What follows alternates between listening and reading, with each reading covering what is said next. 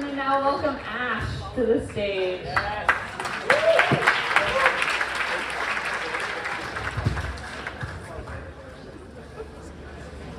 I'm Lane's ex-boyfriend, and dogs do like me. I just want to say that. Alright, so first of all, I want to say please a big round of applause for the wonderful folks from Storytelling Lisboa. Come on, you're doing a wonderful job over here. Please, first of all, thank you for doing this. This is amazing. So yeah, my story takes us back to the pandemic as well because yeah, we can't get over that shit, right? The World Health Organization just announced that the pandemic is finally over, so that's great. Yeah, we're all the survivors, yes. Give it up for the pandemic being over. I didn't really take it that seriously, like any 32-year-old wouldn't take a pandemic seriously. So I partied through the pandemic. I got COVID like 3 times, and yeah, I was just having a blast. And I was out with my girlfriend celebrating her birthday, and the next day I received a call from India. And I know a lot of you can relate to getting a call from India. But it wasn't that kind of call. My mom had got really sick and she was in the ICU. So I flew back to India the next day. I told my girlfriend, like, could you please watch my dog? And she said yes. And so I flew back to India the next day, and my mom was in the ICU, and on the way there, I found out that she had COVID. So I thought, all right, she's vaccinated, she's gonna be fine, you know, she's gonna be okay, no problem. But she only got worse, and I went to the hospital one night at around 10 p.m. because I was feeling very anxious. She was in the COVID ICU, so you're not allowed to meet the patients in the COVID ICU, obviously. So I went to the hospital, I knocked on the door of the ICU, the doctor came out, and I said, listen, like, how's my mom, is she okay? And he said, well, you know, she's 68, you know, it's dangerous for her, she has asthma, so, you know, it could turn out really bad for her. And he said, have you met her? And I said, no, I just flew back from Portugal, so this was in New Delhi, and I said, no, I haven't met her. And he said, well, okay, I'm gonna get the nurse to get you a suit. So I said, okay. And it was an egregious violation of protocol, but the doctor basically got me a nurse's uniform and, you know, one of those kind of hazmat suits. I felt like the guys from those Intel ads from the 90s, you know, the ones who were dancing like Staying Alive. And he let me into the ICU. So it was an egregious violation of protocol, but it was an exemplary expression of humanity. He let me in to see my mom. So I went in there. My mom was on a non-invasive ventilator. She was struggling to breathe. I said, hey mom, how are you doing? And she just nodded like, out of breath, I'm okay. And I said, I love you, you're gonna be okay. And we don't say I love you to each other. So, you know, it felt like the right moment to say it. So I did. I went back home, and my brother's disabled. So I was taking care of my brother at home. My dad had died 10 years ago, so it was just me and my brother at home, my disabled brother. And so we were just waiting for what was gonna come next. And what came next was I got a call from the hospital saying, you need to come here right now, your mother's heart has stopped. So I went to the hospital, and by this time she had gotten out of the COVID ICU because she was kept there for 7 days and she was in a regular ICU.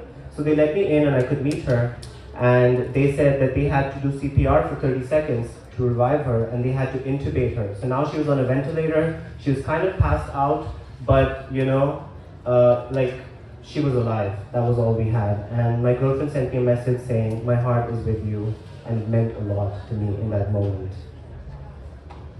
And then I just waited for what was next, and the doctor was like not very optimistic about the whole situation. He said that she's 68, she has asthma, her left lung is fully like blocked.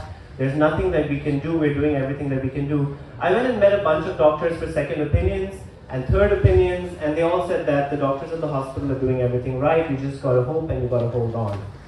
So I was like, okay, that's what I'll do, hope and hold on. In the meantime, House of the Dragon came out on HBO.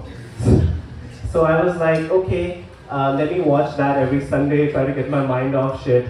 So I was watching this show, trying to get my mind off stuff.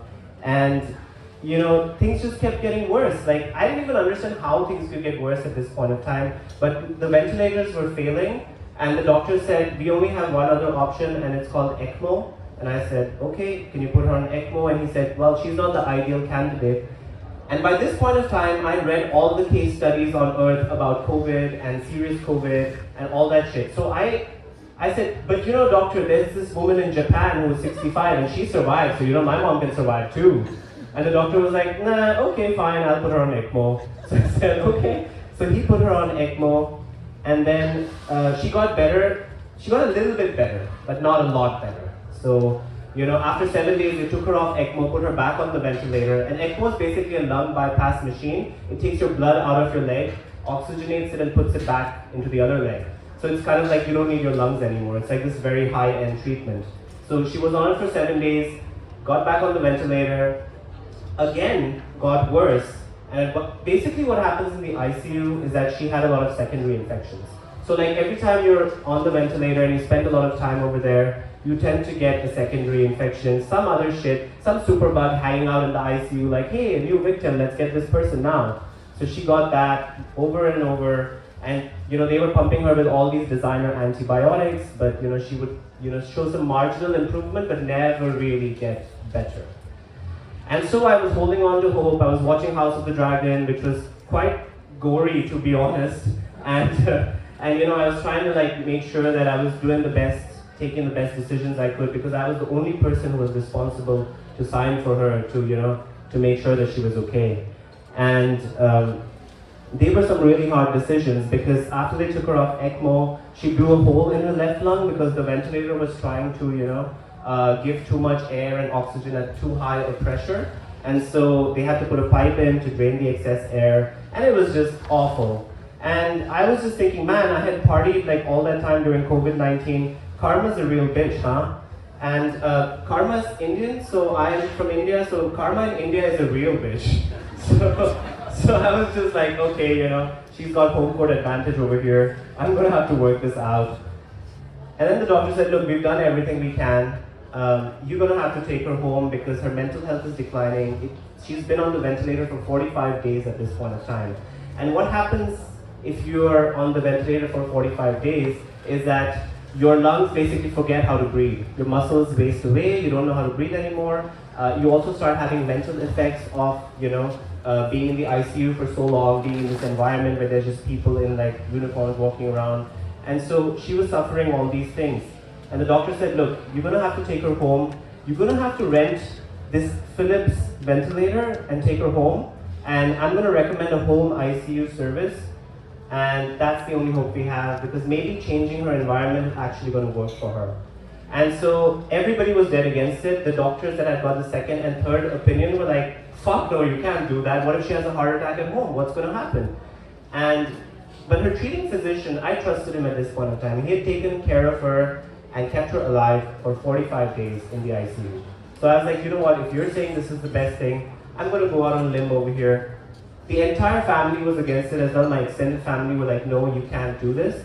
So I just had to take that chance, because I was like, either she dies in the ICU or she dies at home, But I always had hope for her at this point of time, because I was always like, Mom, you were on the national badminton team. You have done amazing things in your life. We gotta go watch the French Open. We gotta go to Machu Picchu. And she was high as fuck on fentanyl. So she was okay, she didn't know what I was saying to her, but she was like, okay, fine. And I was like, you're gonna hold on. You are my mom, you're gonna hold on. And this is what I would tell her every day at the ICU, right? Every day I would tell her this. And she would just look at me like, whoa, what's up, right? And so she basically had no idea what I was saying, because, fentanyl is a pretty cool drug if you've ever tried it. So she had no idea what I was saying, but she was with me on that. And then what happened was that I decided to make the call, and I took her home. I took her home. I had a 24-hour critical care nurse at home with the ventilator over there. And at this point of time, it was very difficult, because I would disconnect from what was happening at the ICU when I was at home. But now all these beeping machines were in the next room, and I would hear them all night, beeping and buzzing, and alarms going off and stuff like this. But what was miraculous was that the moment she came home, her oxygen requirements started dropping. She started getting better like that. And within 5 or 10 days, she was on zero oxygen. She was just on pressure ventilation. And over time, they were able to give her physiotherapy and stuff at home. And she basically came off the ventilator in about 21 days after that. So she came off the ventilator, they removed the tract from her throat. They said that maybe she won't be able to walk or live a normal life because she'd been bedridden for like 60 to 70 days at that point of time. But with physiotherapy, she completely bounced back. She lost her hair because of all the medication. She had white hair, it grew back black. So, yeah, this chick is a fighter, that's what I'm saying, right? And, yeah. And in my darkest hour, all I had was hope. My girlfriend and I broke up a few months later because of reasons, right? Whatever. But in my darkest hour, she was there for me, and I'm really grateful to her for that. And my mom got better. She made a fantastic, miraculous recovery. Even the doctors were completely amazed. And in March this year, on my dad's 10th death anniversary, we took a family trip to the Maldives. So we went over there and we partied and we had a great time. The sandbags, the blue water, it was just incredible. And it was just this amazing thing for me because in my darkest hour, all I had was hope. There was nothing. She was just bad and getting worse and getting worse. And I was just holding on to this one thing that, would let me put one foot in front of the other. I would think about my brother, I would think about my mom and our little family, and I would just try to fucking make it work. I would just put one foot in front of the other. And we made it, we made it. My mom's doing well, she's fucking recovered, and she's fucking alive.